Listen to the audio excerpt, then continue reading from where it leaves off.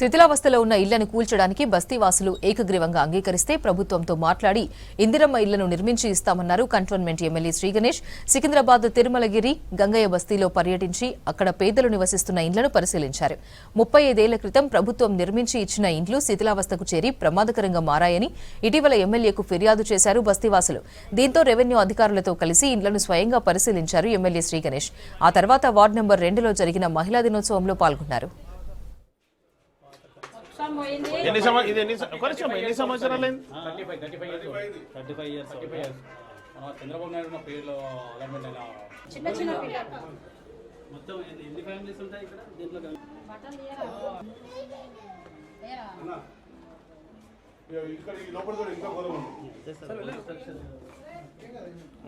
Sorry అమ్మా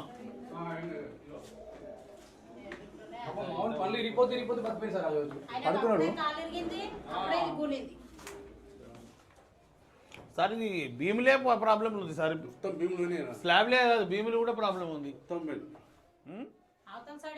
ఎప్పుడైతే మన రాష్ట్రంలో ఇందిరమ్మ ఇల్లులు మన కాంగ్రెస్ ప్రభుత్వం స్టార్ట్ చేసినా కూడా హైదరాబాద్లో స్థలాలు లేకుండా కట్టలేకపోయారు. ఎవరైతే ఇంట్రెస్ట్ ఉంది జాగా ఉంది వాళ్ళకు కూడా హైదరాబాద్లో పాలసీ రాలే. మొన్న పాలసీ రాగానే వెంటనే నన్ను నేను మీటింగ్లో పాల్గొన్న మరుసటి రోజే అక్కడి నుంచే జూలియస్ గారికి ఫోన్ చేశాను. మీ గంగయ్య బస్తీ వాళ్ళు ఇంట్రెస్టెడ్ ఉంటే, ఎందుకంటే కూలిపోయే పరిస్థితులు ఉంది, మీ బిల్డింగ్ చూశాను, అది చేస్తాను, గవర్నమెంట్ చేయడానికి సిద్ధంగా ఉందని చెప్తే వెంటనే వారు మీతో చర్చించడం, మీరు కూడా నా దగ్గరికి వచ్చారు. నేను కూడా కలెక్టర్ గారితో మాట్లాడాను, ఎంఆర్ఓ గారితో, ఆర్డీఓ గారితో మాట్లాడితే వాళ్ళు చేస్తా అన్నారు. దీనికన్నా ముందు మన రసూల్పురాలో ఒక బిల్డింగ్ ఉంది సేమ్ ఇట్లని, ఒక 6 నెలల క్రితం అది అక్కడ సికింద్రాబాద్ ఎంఆర్ఓకి వస్తుంది, మండలికి వస్తుంది, వారు కూడా చేసిరు. అది శాంక్షన్ అయిపోయింది ఆల్రెడీ, మొన్న శాంక్షన్ కూడా అయిపోయింది, అది కూడా పని స్టార్ట్ చేయబోతున్నారు. ఇలాంటి కండిషన్లనే ఇది కూడా స్టార్ట్ చేస్తారు.